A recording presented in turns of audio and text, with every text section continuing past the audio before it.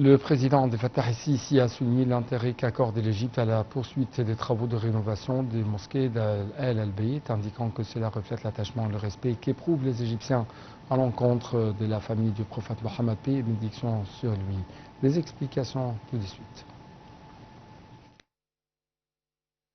L'Égypte accorde un grand intérêt à la poursuite des travaux de rénovation des mosquées et des mausolées d'El Bayt, ce qui reflète l'attachement et le respect qu'éprouvent les Égyptiens à l'encontre de la famille du prophète.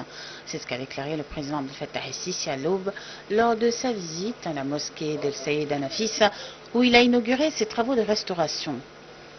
Le chef de l'État était accompagné du chef du gouvernement, Moustapha Madbouli, du grand imam d'Al-Azhar, Cheikh Ahmed al-Tayyib, du ministre des Waqf, Oussama al-Azhari, du gouverneur du Caire, du mufti de la République et du président de l'autorité du génie militaire. Le président a inspecté la mosquée et a écouté les explications du général Azizi concernant la rénovation entreprise par l'autorité du génie militaire dans le cadre des efforts visant à développer les mosquées de El Bayt et le Caire historique.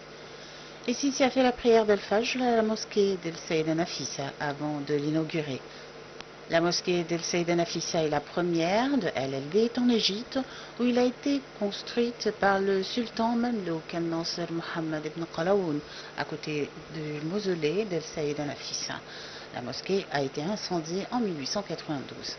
La mosquée actuelle a été construite à l'époque du khedive Abbas Helmi II.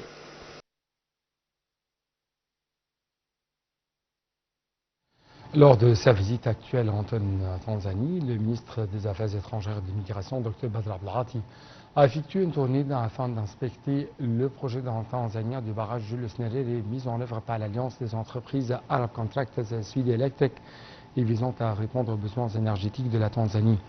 Lors de cette visite d'inspection, le ministre Abdelghati a souligné que ce projet constituait un modèle exemplaire de coopération entre les partenaires du bassin du Nil réunissant pays en amont et pays en aval dans le cadre de projets de barrages hydroélectriques. Il a également réaffirmé l'engagement de l'Égypte à soutenir le développement du bassin du Nil.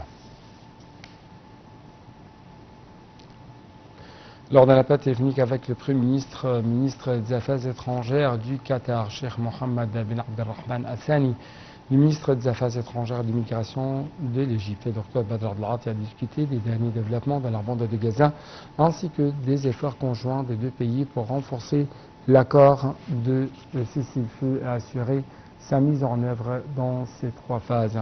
Abdelghati avait été échangé avec son homologue qatari sur les moyens de coordonner les positions afin de promouvoir le plan arabo-islamique de relèvement rapide et de reconstruction de Gaza.